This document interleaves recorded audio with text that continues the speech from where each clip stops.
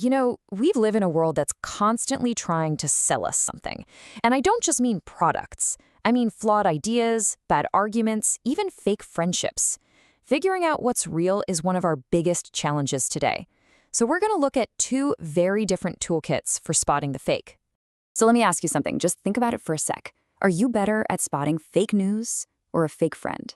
Where are your defenses stronger? Against bad information or against, inauthentic people? This is the big question we're tackling, because telling what's true requires totally different skills depending on what part of your life you're in. The great astronomer Carl Sagan had the perfect word for all this nonsense: baloney. And we are facing it constantly.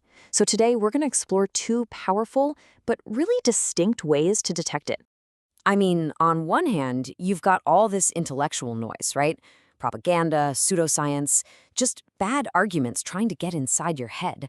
And then on the other hand, you have the social noise, people with hidden agendas and sketchy intentions. To really thrive, you gotta learn how to tune both of them out. Okay, first up, let's talk about a framework for your intellect. Think of this as a set of mental tools, like a shield for your mind that was forged in the fire of scientific skepticism and, well, just plain old rational thought. So where does this kit come from? Well, it comes from the legendary Carl Sagan himself in his absolutely essential book, The Demon-Haunted World. In it, he basically gave us a masterclass in how to think critically, how to be a candle in the dark when you're surrounded by a whole lot of nonsense. And Sagan was super clear about this. This toolkit wasn't just for scientists in a lab coat somewhere. He called it his Baloney Detection Kit. And he argued that it's this universal set of tools that every single one of us can use to guard against manipulation and bad logic in our everyday lives. Okay, so let's actually get into the kit itself. Sagan gives us a few crucial tools. First, always try to confirm facts independently. Second, question authority. Because hey, even experts have their biases. Third, come up with more than one explanation instead of just grabbing the first one you hear. But this last one, this is the real game changer. Can the claim be tested and potentially proven wrong? If not, as Sagan would say, it's not a very useful claim to begin with. Sagan also gave us a sort of field guide to all the traps our brains can fall into, these things called logical fallacies. A classic one is the ad hominem attack. Basically, this is when instead of dealing with someone's actual argument or evidence, you just attack them as a person. And check out this perfect example from the Sagan. See what's happening? The argument completely ignores whatever her objections to evolution might be. Instead, it just attacks her character by slapping a label on her. Biblical fundamentalist. That's a textbook ad hominem, and it's a huge red flag that you're dealing with a really weak argument.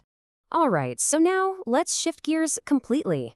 Let's move from the world of ideas to the world of people. We're switching from that scientific toolkit to more of a social one, something designed to protect your own personal circle. This second framework comes from a much more modern, kind of internet-driven idea, the Sigma.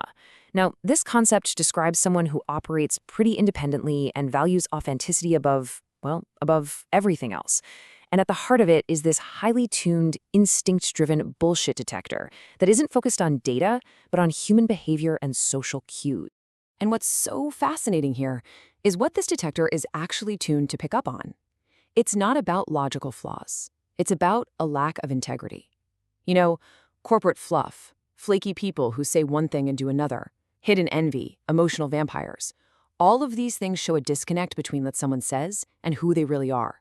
This filter is all about spotting that gap. And look, this filter isn't just some random gut feeling. It's guided by this rock-solid internal code. According to the sources, for the Sigma, relationships have to be built on 3 absolute, non-negotiable pillars: trustworthiness, loyalty, and deep respect. If any of those are broken, the connection is, it's just severed. This all leads to a really core philosophy.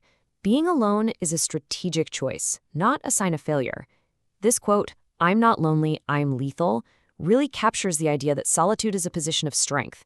It's a way to maintain incredibly high standards for your social circle, free from all the noise of fake connections. So we've got these two very different approaches, right? One is all logical and intellectual, the other is observational and intuitive. So how do they fit together? Well, let's put them together into one integrated toolkit. And this is where it all just clicks into place. These aren't competing ideas. They are tools for different battlefields. Sagan's kit is for the outside world of ideas and data. It uses logic to protect your mind.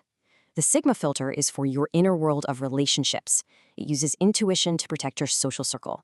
You really, truly need both. So think of it like this. Your intellect is your shield against bad information. Your intuition is your shield against bad intentions. One protects your thinking, the other protects your peace. And mastering both, that's the real key to navigating reality on your own terms. And that brings us right back to you. As you go out and navigate this world of baloney, which one of your detectors needs the most work right now? Is it the logical, evidence-based toolkit for your head, or is it that intuitive, observational filter for your gut? The answer to that question probably holds the key to a truer world for you.